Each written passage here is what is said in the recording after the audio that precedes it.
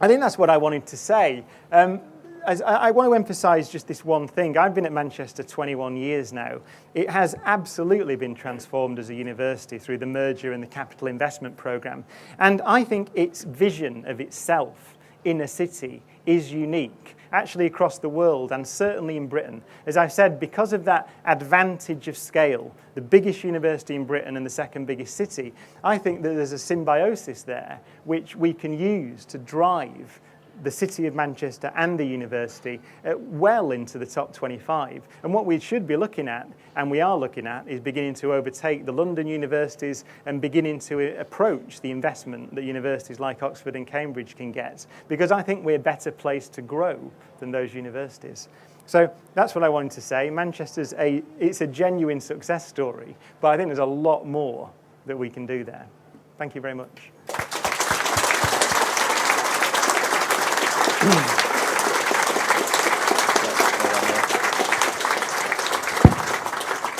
Thanks very much, Brian. That was fantastic. Brian has agreed that he'll take questions. So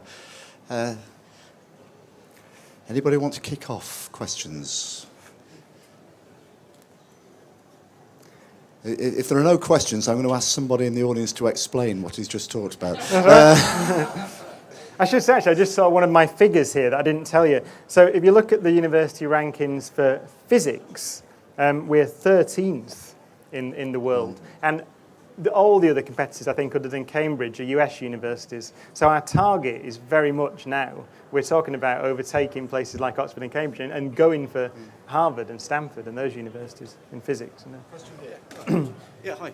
The telescopic array that you talked about earlier in the presentation, what kind of depth will it be able to look inside a black hole when it's created? Well, it doesn't look, it can't look inside because nothing comes out.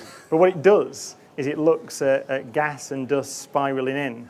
And the golden scenario is to look at these pulsars that are orbiting around. Because what you're doing there is mapping the curvature of space and time around the black hole. So it's like really sending a probe into that really highly curved area. And because of its resolution, because it's such an enormous telescope, it can see those details for the first time. It's a very exciting thing. Okay. Right at the back. You'll have to shout, Chris. Thanks for that, Brian. That was wonderful. You've got an audience of people whose responsibility is to make the place.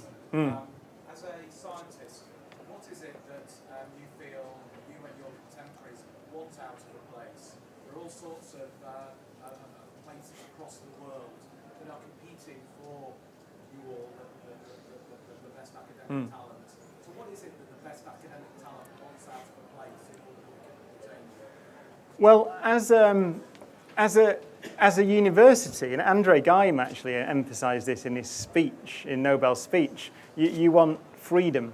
And what the University of Manchester has been supremely good at doing is giving people freedom to follow their curiosity. I mean, Andre Geim, by the way, famously is the only person in history to win the Ig Nobel Prize and then the Nobel Prize. So he won the Ig Nobel Prize for levitating frogs, and then the Nobel Prize for discovering this world-leading material. So there's that. I mean, but physically, as a city, I think the idea, and it's very important to me, the idea that a university is not an ivory tower, that it's properly integrated into the community, so it can change the way that people think. There's a virtuous feedback there, and the more I get involved in politics and arguments about science funding and the way the country should go in terms of investment, etc., the more I realise that the battle now is to bring people with us.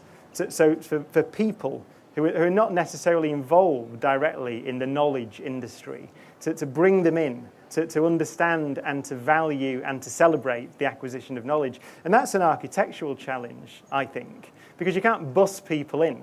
What you really want is that sense, that a university in the old-fashioned sense, this place where people study the universe, needs to be integrated into the city. People need to wander through knowledge, right, physically. And I think that's the challenge. And I think it's, again, when you look at Manchester, it's not quite there yet, but there's a very clear view of how to achieve that, to bring people into the campus. Because although we talk about the campus, it's not a campus university. It's a university that's spread throughout the city. That's uniquely valuable. So that's what I want to see. I want to see people wandering into the, literally, I mean, it'll probably cause the university security people to go crazy. I want them to wander into the physics department. I want them to talk. I want events where people come on a Friday night and then go out for a drink, or go out for a drink and then come to an event. The architecture does that, or should do that at its best, I think. Any more? I know it's very hot in here. Isn't it? I can see somebody right at the back there, yes.